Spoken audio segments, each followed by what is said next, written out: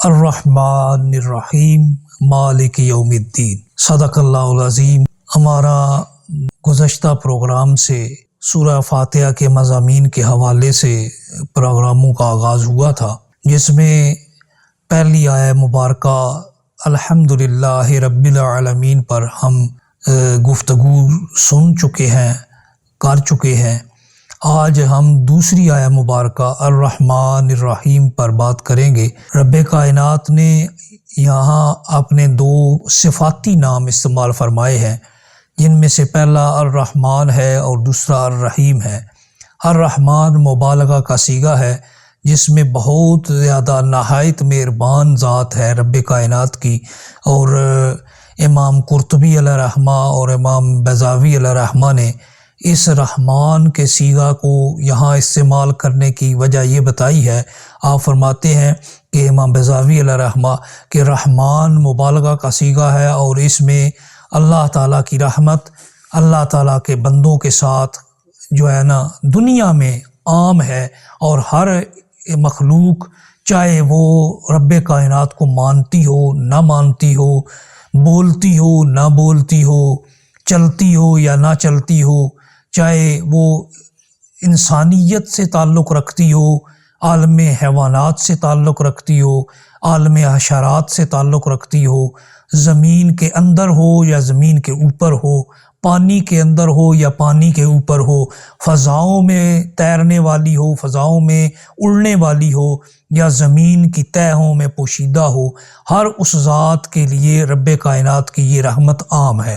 تو پتہ چلا کہ اللہ رب العزت ایسی ذات ہے جو ہر ایک پر مہربان ہے۔ وہ فرماتا ہے خود سورہ الاعراف آیہ نمبر 156 میں ارشاد فرماتا ہے وَرَحْمَتِي وَاسِعَتْ كُلَّ شَيْءٍ، میری رحمت ہر شے سے وسیع ہے۔ ہر شے سے مراد ہر وہ چیز جو موجود ہے، جس کا کوئی وجود ہے، چاہے وہ نباتات سے ہے، چاہے حشرات سے ہے، چاہے وہ پتھروں سے ہے، انسانوں سے ہے، جانوروں سے ہے، فرشتوں سے ہے، جنات سے ہے، یا کوئی بھی مخلوق ہے، رب کائنات کی رحمت ہر شے سے وسیع ہے۔ وہ اتنی وسیع ہے، اس کی ذات، اس کی رحمت اتنی وسیع ہے کہ وہ جسے چاہے جو چاہے جیسا چاہے بنا دے، اور جب چاہے کسی کو بخش دے، اور جب چاہے کسی کو اپنی اس ان بطش ربک لشدید، بے شک تمہارے رب کی پکڑ بڑی سخت ہے، تو چاہے تو اپنی پکڑ میں جکڑ لے، اور جکڑنے کے بعد وہ چاہے تو بخش دے۔ حضرات گرامی قدر، ہم نے ایک 99 قتل کرنے والے شخص کا واقعہ سن رکھا ہے کہ رب کائنات نے اس 99 قتل کرنے والے شخص کے لیے بھی اپنی بارگاہ سے رحمت کا اعلان فرمایا ہے کہ اس نے جب 99 قتل کر لیے تو اس نے پوچھنا شروع کیا کہ میں نے اتنے قتل کیے ہیں، کیا مجھے معافی مل سکتی ہے؟ تو ایک بندے کے پاس اسے بھیجا گیا۔ اس بندے نے اسے کہا کہ ایک انسان کے قتل پر معافی نہیں ہے، تم نے 99 قتل کر رکھے ہیں، تو تمہیں معافی کیسے مل سکتی ہے؟ تو اس شخص کو اس بات پر غصہ آیا کہ میں رب سے مغفرت مانگنا چاہتا ہوں، رب سے رحمت اس کی مانگنا چاہتا ہوں، اس کی مہربانی حاصل کرنا چاہتا ہوں، اس کی بخشش حاصل کرنا چاہتا ہوں، تو یہ بندہ کہہ رہا ہے کہ تمہیں بخشش نہیں مل سکتی، تو اس نے اس کو بھی قتل کر دیا۔ اب اس 99 سے 100 قتل کرنے والے نے اب 100واں قتل ہو گیا تو وہ چل پڑا۔ اب اس نے پھر پوچھا تو اسے ایک بستی کی طرف اشارہ کیا گیا کہ وہاں اللہ کا ایک نیک بندہ ہے، اس کے پاس جاؤ، تمہاری وہ مدد کرے گا، تمہیں بتائے گا کہ تمہیں معافی مل سکتی ہے یا نہیں مل سکتی۔ ابھی وہ رستے میں ہی تھا کہ اس کی روح قبض کر لی گئی، اس کا آخری وقت آ گیا۔ اسے کی روح جب قبض ہو گئی تو رحمت کے فرشتے بھی آ گئے اور جہنم کے عذاب کے فرشتے بھی آ گئے۔ جو جنت کے فرشتے تھے وہ اس کی روح کو جنت کی طرف لے جانا چاہتے تھے، اور جو جہنم کے فرشتے تھے وہ اس کی روح کو جہنم کی طرف لے جانا چاہتے تھے۔ ان میں آپس میں جب فیصلہ نہ ہو سکا، بات بارگاہ ربی تک پہنچائی گئی۔ بارگاہ ربی سے یہ فیصلہ ہوا کہ پیمائش کر لی جائے، زمین کی پیمائش کر لی جائے، جس طرف وہ چل کے جا رہا ہے، مغفرت مانگنے جا رہا ہے، معافی کے لیے استغفار کے لیے، توبہ کے لیے، رب کی رحمت کے لیے وہ چل رہا ہے، اگر وہ آگے رہنے والا جو باقی بچنے والا فاصلہ ہے وہ کم ہے تو وہ جنت میں جائے گا، اور اگر آگے جو باقی فاصلہ رہتا ہے وہ زیادہ ہے اور جو طے کر کے آیا وہ کم ہے تو اس کو جہنم میں ڈالا جائے گا۔ جب پیمائش کی گئی تو اللہ کی قدرت سے جو فاصلہ اس نے طے کیا تھا وہ زیادہ ہو گیا اور جو اس نے طے کرنا تھا وہ کم ہو گیا، تو رب کائنات کی رحمت کی وجہ سے اس بندے کو بھی بخشش مل گئی جو 99 سے 100 قتل کر چکا تھا۔ حضرات گرامی قدر، رحمت رب کائنات کی ہر شے کے لیے ہے، ہر ایک چیز کے لیے ہے، چاہے وہ اہل ایمان میں سے ہے یا اہل ایمان میں سے نہیں ہے۔ تو دنیا میں ہر ایک ذات کے لیے، ہر ایک شے کے لیے اس کی رحمت ہے، تو یہ رحمت اس کی رحمان کی صورت میں ظاہر ہوتی ہے۔ وہ رحمان ہے تو امام بیضاوی علیہ رحمہ نے فرمایا کہ رحمان اس کی وہ رحمت ہے جو عام ہے اور اس میں کوئی قید نہیں ہے، اس میں کسی قسم کی کوئی قید و بند کی باقاعدہ طور پر وہاں پر کوئی حدود و قیود مقرر نہیں ہے۔ اور جہاں تک رحیم ہے تو رحیم کیا ہے؟ رحیم یہ خاص ہے، یہ خاص رحمت ہے جو آخرت میں ایمان والوں کو نصیب ہوگی۔ امام بیضاوی علیہ رحمہ فرماتے ہیں کہ رحیم رب کائنات کی وہ صفت ہے، وہ رحمت ہے جو آخرت میں اہل ایمان کے ساتھ خاص ہے اور آخرت میں انہیں ملے گی، جیسے کہ رب کائنات نے فرمایا کتب ربکم علی نفسہ الرحمہ، کتب ربکم علی نفسہ الرحمہ، سورہ الانعام آیہ نمبر 54۔ رب کائنات ارشاد فرماتا ہے کہ کتب ربکم علی نفسہ الرحمہ، آپ کے رب نے اپنی ذات پر رحمت کو لازم قرار دے دیا ہے۔ اب آپ کے رب میں یہاں پر ہمیں پتہ چلتا ہے کہ یہاں پر جس رحمت کا ذکر ہے وہ سرکار دو عالم صلی اللہ علیہ وآلہ وصحبہ وبارک وسلم کو خطاب کر کے فرمایا جا رہا ہے کتب ربکم، آپ کے رب نے۔ تو پتہ چلا یہ ان لوگوں کے لیے خاص ہے جو رحمت رب نے اپنے اوپر لازم قرار دی ہے، یہ ان لوگوں کے ساتھ خاص ہے جو پڑھیں گے کلمہ لا الہ الا اللہ محمد الرسول اللہ، جو کلمہ طیبہ پڑھنے والے ہوں گے، جو گواہی دینے والے ہوں گے کہ اللہ کے سوا کوئی معبود نہیں ہے اور محمد صلی اللہ علیہ وآلہ وصحبہ وبارک وسلم اللہ کے بندے اور اس کے رسول ہے، جو یہ گواہی دیں گے اللہ کی رحیم ذات، رحیم صفت ان کے لیے ظاہر ہوگی اور ان پر رب کائنات اپنی رحمت فرمائے گا۔ اسی لیے فرمایا کتب ربکم علی نفسہ الرحمہ، رب کائنات نے اپنی ذات پر رحمت کرنا یہ لازم قرار دے دیا ہے اور یہ آپ کی طرف نسبت کی وجہ سے یہ اہل ایمان کے ساتھ خاص ہوگا۔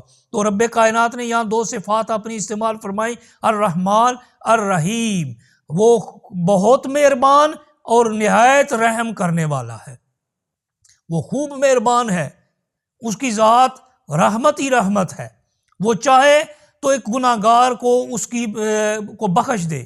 کیا کسی نے خوب کہا ہے کہ کسی کا ایک آنسو بھی ہزاروں رنگ لاتا ہے، کسی کا ایک آنسو بھی ہزاروں رنگ لاتا ہے، کسی کا عمر بھر رونا یوں ہی بیکار جاتا ہے۔ تو کسی کے اوپر وہ رب اپنی رحمت کرنے لگے تو اس کی ذات کی طرف سے ایک آنسو بہانا بھی رب کائنات کی مغفرت کا، رحمت کو متوجہ کرنے کا باعث بن جاتا ہے۔ اسی لیے رب کائنات نے ارشاد فرمایا تھا کہ ہے اہل ایمان جو اپنی جانوں پر ظلم کر بیٹھو،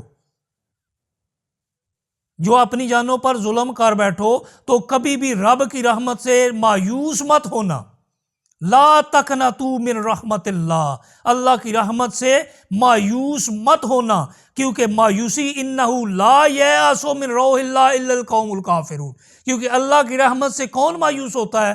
وہ مایوس ہوتے ہیں جو اہل کفر میں سے ہیں۔ تو رب کائنات کی رحمت وہ رحمت ہے جس کے لیے ہر بندے کو اپنے دامن کو پھیلانا چاہیے، ہر بندے کو طلب کرنا چاہیے اور اس کی صفت رحمت کو ہی مخاطب کرنا چاہیے، اس کی بارگاہ میں یہ عرض کرنا چاہیے، اے رب ہمارے اوپر رحم فرما، ہے رب کائنات تو اپنی صفت رحمان و رحیم ہماری طرف متوجہ فرما۔ ہے رب کائنات ہمارے اوپر کرم فرما، رحم فرما اور ہمارے اوپر مہربانی فرما، ہمارے گناہوں کو بخش دے۔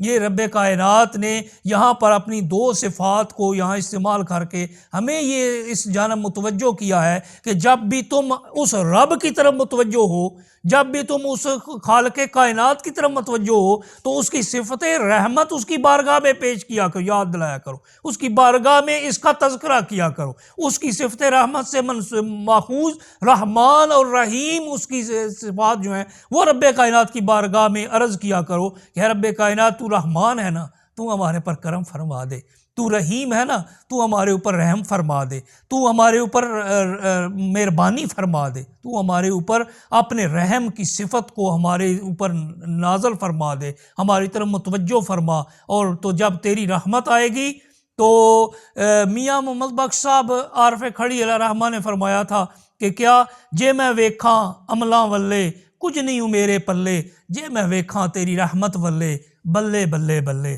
تو حضرات گرامی قدر کہ وہ رحمان ہے، وہ رحمان ہے، لیکن اس کا مطلب یہ نہیں ہے کہ فرائض چھوڑ دیے جائیں، اس کا مطلب یہ نہیں ہے کہ اس کی بارگاہ میں آنا چھوڑ دیا جائے، اس کی بارگاہ میں حاضری دینا چھوڑ دیا جائے، اس کو یاد کرنا چھوڑ دیا جائے، اس کی بارگاہ کو اپنی دعاؤں میں اپنی عبادات میں شامل نہ کیا جائے، اپنے روز و شب میں اس کے لیے وقت نہ نکالا جائے۔ اس کا یہ مطلب نہیں ہے کہ وہ رحمان اور رحیم ہے تو ہم اگر سارے اعمال چھوڑ دیں گے تو پھر بھی وہ مہربانی فرمائے گا، لیکن ساتھ ہم نے اس کی طرف متوجہ بھی ہونا ہے، اس کی بارگاہ میں حاضری بھی دینی ہے، اس کو یاد بھی رکھنا ہے، اس کا ذکر بھی کرنا ہے، اس کی بارگاہ میں اپنی پیشانی کو پیش بھی کرنا ہے، اور یہ کہنا ہے قُلْ إِنَّ صَلَاتِي وَنُسُكِي وَمَحْيَايَ وَمَمَاتِي لِلَّهِ رَبِّ الْعَالَمِينَ۔ ہے حبیب آپ انہیں فرما دیجئے نا، یہ کیا کہیں، یہ کہ ایسے کہیں اِنَّ صَلَاتِي بے شک میری نمازیں، وَنُسُكِي میرے مناسک حج، وَمَحْيَايَ وَمَمَاتِي میری زندگی اور میرا موت، میرے اس دنیا میں زندگی گزارنا بھی اور اس دنیا سے جانا بھی للہ رب العالمین اس اللہ کے لیے ہے۔ تو جب اس کی زندگی کا اوڑھنا بچھونا، زندگی، موت، حیات، ممات، اس کے احکام حج ادا کرنا، اس کی نماز ادا کرنا سب رب کائنات کے لیے ہوگا تو وہ پھر رحمان ہے، وہ رحمان ہے، وہ رحمان بھی ہے، وہ رحیم بھی ہے۔ تو رب کائنات کی ان صفات کو یاد رکھنا چاہیے اور انہی سے ہمیں رب کائنات کی بارگاہ میں یہ عرض کرنا چاہیے انہی کے ذریعے سے کہ رب تو رحمان ہے، ہم گناہ گار ہیں، تو رحیم ہے، ہم سیاہکار ہیں، تو بخشنے والا ہے، تو مہربان ہے، ہم تیری بارگاہ سے بھاگنے والے ہیں، لیکن رب تو اپنی رحمان کی صفت اور رحیم کی صفت سے ہمیں اپنی بارگاہ میں آنے والا بنا دے۔ حضرات گرامی قدر اس سے اگلی آیا مبارکہ ہے مالک یوم الدین۔ مالک یوم الدین کا معنی کیا ہے؟ مالک ہے تو مالک ہے، تو مختار ہے، تو ہر شے تیرے کنٹرول میں ہے، ہر چیز تیرے فیصلے سے ہونی ہے۔ تو رب کائنات نے وہ مالک ہے کس طرح؟ تو سورہ ملک پہلی آیا مبارکہ میں اگر آپ غور کریں تو آپ کو سمجھ آ جائے گی۔ رب کائنات نے فرمایا تبارک الذی بیدہ الملک، تبارک الذی بیدہ الملک، برکتوں والا، بڑائیوں والا، بڑی صفات والا کون ہے؟ بیدہ الملک، جس کے قبضہ قدرت میں ساری بادشاہت ہے، وہی ہے رب کائنات، تو ہے تمام عظمتوں والا، تو ہے تمام برکتوں والا، ساری کبریائی تیری طرف ہے کیونکہ ساری بادشاہی تیرے دست قدرت میں ہے۔ وَهُوَ عَلَىٰ كُلِّ شَيْءٍ قَدِيرٌ، اور وہ ہر شے پر قادر ہے، وہ جسے چاہے وہ بادشاہت دے دے اور جسے چاہے اس سے بادشاہت لے لے، کیونکہ وہ خود کہتا ہے قُلْ اللہم مالک الملک تُعْطِی الملک ممن تشاء وتنزع الملک ممن تشاء وتعز من تشاء وتذل من تشاء بیدک الخیر انک علی کل شیء قدیر۔ ہے قل، ہے حبیب آپ انہیں بتا دیجئے نا، آپ ان کے سامنے میرا ذکر کیجئے، کس طرح کرو؟ اس طرح کرو اللہم مالک الملک، ہے ہمارے اللہ مالک الملک، تو تمام بادشاہتوں کا مالک ہے، ساری بادشاہتیں تیری ہیں، مالک ہے نا وہ، مالک ہے. کس تمام بادشاہتیں کون سی ہیں؟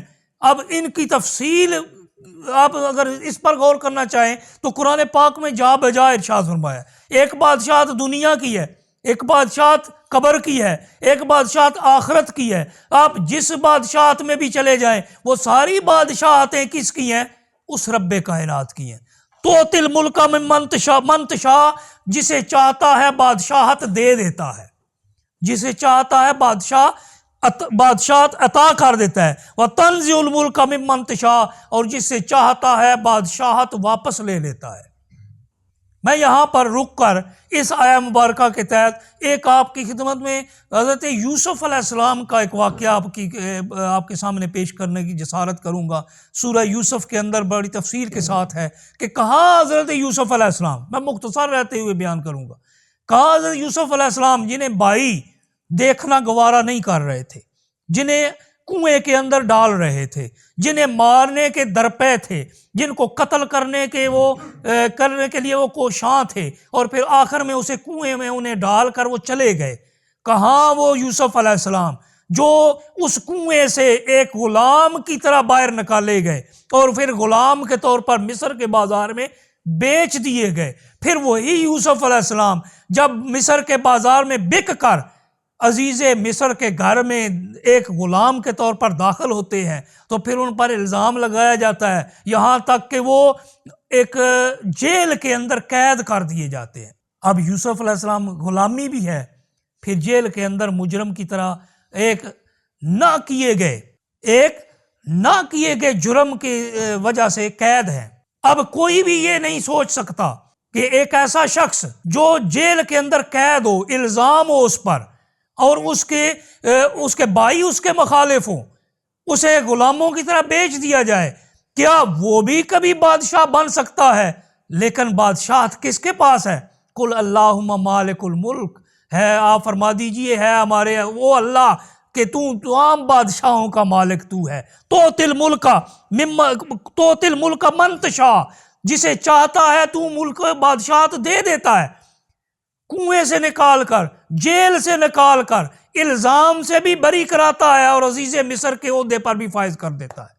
تو کون ہے وہ اللہ تعالیٰ ہے، وہ مالک ہے، وہ خالق ہے، وہ تمام بادشاہتیں اس کے پاس ہیں. جسے چاہے دے دے اور جسے چاہے عزیز مصر کے عہدے سے برطرف کرا دے اور جسے چاہے عزیز مصر بنا دے. تو حضرات گرامی قدر وہ کیا ہے؟ مالک الملک ہے، وہ جسے چاہتا ہے جو چاہتا ہے عطا کر دیتا ہے. حضرت یوسف علیہ السلام کے اس واقعے سے ہمیں یہ سبق ملتا ہے کہ حالات چاہے کتنے ہی مخالف کیوں نہ ہوں، حالات چاہے کتنے ہی خراب کیوں نہ ہوں، حالات چاہے کتنے ہی خطرناک کیوں نہ ہوں، چاہے تمام رستے بند دکھائی دیتے ہوں، آپ کسی بند گلی میں پہنچ جائیں، ہر طرف سے دروازے بند ہوں، کوئی رستہ سجائی نہ دیتا ہو، ہر طرف سے اندھیرا ہی اندھیرا ہو، کوئی ماننے والا نہ ہو، کوئی تسلیم کرنے والا نہ ہو، کوئی ساتھ دینے والا نہ ہو، ہر شے مخالف ہو، ایسے حالات میں بھی وہ رب کائنات، وہ مالک الملک ہستی ایسی ہے جو رستے بنا دیتی ہے، جو ظلمت کو نور میں بدل دیتی ہے، جو بند گلی کو کھول دیتی ہے، جو بند دروازوں کو کھول دیتی ہے اور کھول کر وہاں پر ایسا انعام دیتی ہے، ایسا مقام دیتی ہے، ایسی جگہ پر پہنچتی ہے کہ وہ رحمان و رحیم ہے نا. وہ مالک ہے، وہ رحمان بھی ہے، وہ رحیم بھی ہے، وہ مالک بھی ہے، وہ مالک الملک جسے چاہتا ہے اپنی بادشاہت میں سے عطا کر دیتا ہے. لیکن ثابت قدمی ضروری ہے، ثابت قدمی ضروری ہے، رب پر اعتقاد ضروری ہے، رب پر یقین ضروری ہے. اسی لیے فرمایا مالک یوم الدین. وہ مالک ہے کس کا؟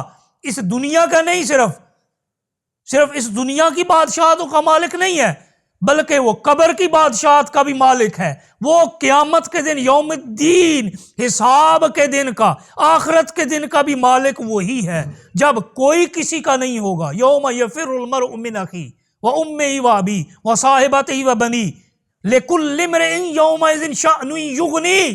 وجوہ یومئذ مسفرہ ضاحکۃ مستبشرہ ووجوہ یومئذ علیہا غبرہ ترہقها قترہ اولئک هم الکفرۃ الفجرہ۔ تو کیا ہے وہ دن ہوگا جب باپ بیٹے سے، بیٹا باپ سے، بھائی بہن سے، بہنیں بھائیوں سے، اور ہر ایک ذات دوسری ذات سے بھاگنے والی ہوگی۔ یوم یفر المرء من اخیہ، جس دن بندہ اپنے بھائی سے بھاگے گا، وہ امہ و ابیہ، اپنی ماں سے بھاگے گا، اپنے باپ سے بھاگے گا، وہ صاحبتہ و اخیہ، اپنے دوستوں سے بھاگے گا اور اپنے بھائیوں سے بھاگے گا۔ ہر بندہ صاحبتہ و بنی، اپنے دوستوں سے بھاگے گا، اپنی اولاد سے بھاگے گا۔ اور کتنے چہرے اس دن کیسے ہوں گے؟ اس دن روشن ہوں گے، صبح کی طرح روشن ہوں گے۔ ضاحکۃ مستبشرہ، وہ مسکرا رہے ہوں گے اور وہ بشارت دیے گئے ہوں گے، انہیں بشارت مل چکی ہوگی۔ یہ کون سے ہوں گے؟ جن پر رب راضی ہوگا اور جنہیں رب عطا کرے گا، جن پر وہ رحمان و رحیم کی صفت کا اظہار فرمائے گا۔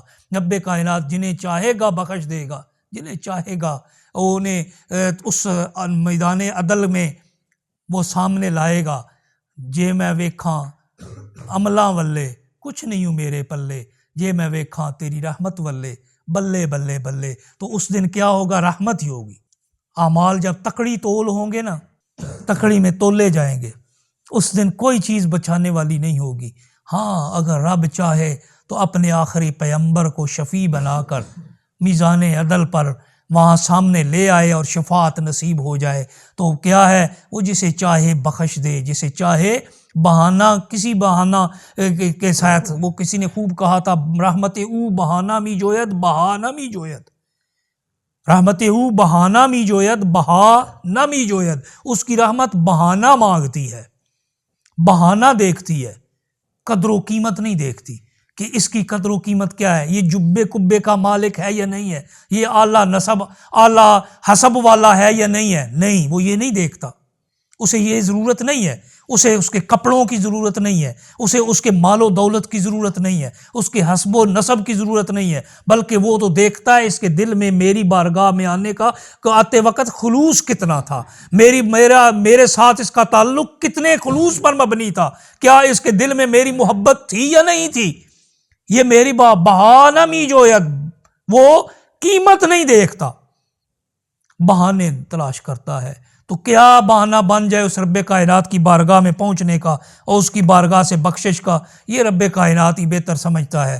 اور یہ اگر ہمیں وہ عطا کر دے ایسی باتیں، تو رب کائنات جو کہ مالک الملک ہے، مالک یوم الدین ہے، وہ جو آخرت کے دن کا مالک ہے، وہ جو آخرت کا دن کون سا ہوگا؟ قد افلح من تزکا، قد افلح من تزکا وذکر اسم ربہ فصلی بل تؤثرون الحیاۃ الدنیا والآخرۃ خیر وابقی۔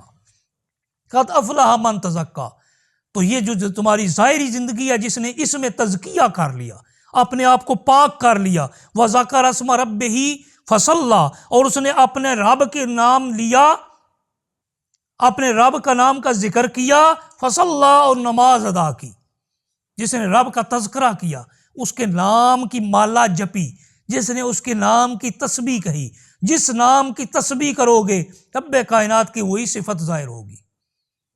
اگر آپ اس میں جلالت ظاہر کرو گے تو تجلی ظاہر ہوگی، اگر رحمان کی صفت کا اظہار کرو گے تمہارے جسم پر، تمہاری روح پر اس کی صفت رحمانی غالب آ جائے گی۔ جس نام کا ورد کرو گے، جس نام کا وظیفہ کرو گے، وہی صفت آپ کی ذات کے اندر بھی رب کائنات اس کا اظہار فرما دے گا۔ آپ کون سے، حضور ضیاء الامت رحمۃ اللہ علیہ سے پوچھا گیا کہ مختلف وظائف کرنے چاہیے، آپ ایک ہی یا کریموں کا کیوں ورد بتاتے ہیں؟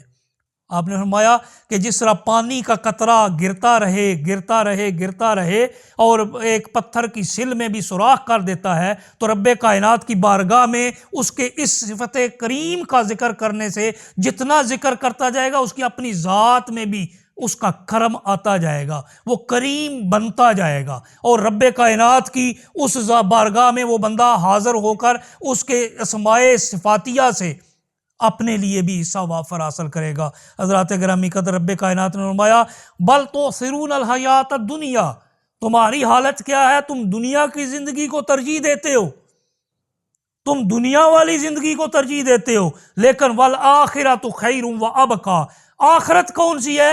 آخرت بہترین بھی ہے، بلائی والی بھی ہے، اور ہمیشہ رہنے والی بھی ہے۔ تو یوم آخرت کا ایمان ہمیں اس آیا مبارکہ سے نصیب ہوتا ہے۔ مالک یوم الدین ہے آخرت کے دن کے مالک، تو رب کائنات اس دن کا بھی مالک ہے جس دن ساری روحیں رب کائنات کی بارگاہ میں حاضر ہوں گی۔ حساب کتاب کا دن ہوگا، اٹھایا جائے گا سب کو، اور سب کو روح مال جسم کس طرح کا ہوگا یہ تو رب کائنات بہتر جانتا ہے، لیکن روح تو موجود ہوگی، روح اس کے اندر ڈالی جائے گی، دوبارہ اٹھایا جائے گا، رب کی بارگاہ میں حاضر ہوں گے، اور سب کے اعمال دیکھے جائیں گے، وہ کیسے اعمال ہیں اور کس طرح کے اعمال ہیں۔ اس دن کا مالک وہ رب کائنات ہے۔ وہ چاہے تو میزان عدل کو جس طرف چاہے جھکا دے، وہ چاہے تو گناہگار، سیاہکار، خطاکار، لغزشوں کے مارے انتہائی سخت اپنی زندگی میں نافرمانیاں کرنے والے شخص کو بخش دے، کیونکہ وہ مالک یوم الدین ہے، وہ مالک یوم الدین ہے۔ اور چاہے تو ساری زندگی عبادت گزاری کرنے والے کو اس کے اعمال اس کے منہ پر دے مارے۔ وہ حدیث پاک ہے نا کہ قیامت کے دن کچھ لوگوں کا سب سے پہلے جو حساب کتاب ہوگا، ان میں سے ایک میری طرح کا ایک خطاب کرنے والا خطیب بھی ہوگا، ایک خطیب بھی ہوگا، ان میں سے ایک خطیب بھی ہوگا، ان میں سے سخی ہوگا، ان میں سے شہید ہوگا، ان میں جو ہے نا رب کائنات کی بارگاہ میں ہر وقت ذکر کرنے والا موجود ہوگا، ان کا سب سے پہلے حساب ہوگا۔ وہ کہیں گے رب کائنات ہم نے تیری بارگاہ میں اپنا مال و دولت سارا خرچ کر دیا۔ ان کے لیے حکم ہوگا نا کہ اسے جہنم میں لے جاؤ، تو وہ کہے گا یا اللہ میں نے سارا مال تیرے راستے میں خرچ کر دیا۔ تو اسے کہا جائے گا کہ تو نے مال خرچ کیا کس لیے؟ تاکہ لوگ تجھے سخی کہیں، لوگوں نے تجھے سخی کہہ دیا، لہٰذا تجھے دنیا میں تیرا بدلہ دے دیا گیا، اب جاؤ جہنم میں۔ ایک قاری لایا جائے گا، اسے کہے گا میں نے تلاوت قرآن پاک کو اس طرح قرات کی، میں نے اتنی مرتبہ قرآن پاک کو سنایا، میں نے اتنی مرتبہ قرآن پاک کو پڑھا، میں نے اس طرح لوگوں کو سنایا، یہ مجھے قراتیں آتی تھیں، میں نے اس طرح قرآن تیرا پڑھا، تو اب میرے لیے بھی جہنم کا فیصلہ ہے۔ رب کائنات فرمائے گا کہ اس لیے تو پڑھتا تھا کہ تاکہ تجھے لوگ قاری کہیں، لوگوں نے تجھے قاری کہہ دیا، اس لیے اب تیرے لیے کچھ نہیں ہے، اسے بھی جہنم میں ڈال دیا جائے۔ خطیب آئے گا، عالم آئے گا، اسے بھی وہ کہے گا لوگ تجھے اس لیے تو تقریریں کرتا تھا کہ لوگ تجھے خطیب کہیں، لوگ تجھے عالم کہیں، تو لوگوں نے تجھے عالم خطیب کہہ دیا، اب تیرے لیے کوئی حصہ نہیں ہے۔ اس لیے ہمیں اپنے اعمال کو سوچ سمجھ کر کرنا چاہیے، اس لیے کہ رب کائنات فرماتا ہے بل تؤثرون الحیات الدنیا، تم دنیا کی زندگی کو ترجیح دیتے ہو، لیکن ہمیشہ رہنے والی اور خیر کیا ہے؟ آخرت خیر و ابقیٰ، آخرت بلائی والی ہے اور آخرت ہمیشہ رہنے والی ہے۔ تیسری بات کہ حساب پر ایمان آئے گا، ہمیں نصیب ہوتا ہے۔ مالک یوم الدین سے ہمیں یہ پتہ چلتا ہے ہم نے حساب دینا ہے، ہم نے رب کائنات کی بارگاہ میں جا کر حساب دینا ہے۔ اللہ تعالیٰ ارشاد فرماتا ہے وَمَن يَعْمَلْ مِثْقَالَ ذَرَّةٍ خَيْرًا يَرَهُ وَمَن يَعْمَلْ مِثْقَالَ ذَرَّةٍ شَرًّا يَرَهُ، وہ جو ذرہ برابر، مثقال ذرۃ، رائی کے دانے کے برابر جو نیکی کرے گا، رائی کے دانے کے برابر جو بلائی کرے گا، رائی کے دانے کے برابر جو اچھا عمل کرے گا، وہ کیا ہے؟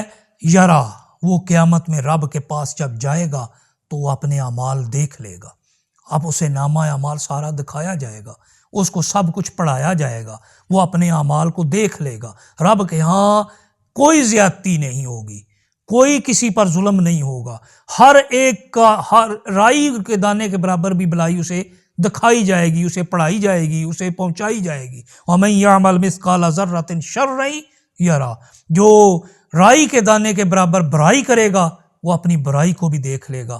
اللہ تعالی ہمیں اپنے اوپر، اپنی ذات پر، اپنے آخری نبی پر اور اپنی صفات پر ایمان لانے کی توفیق عطا فرمائے۔ آپ رب کائنات مالک یوم الدین ہے، اس دن کی تیاری کے لیے خلوص نیت سے ہمیں کوشش کرنے کی توفیق عطا فرمائے۔ وما علیہ الا البلاغ۔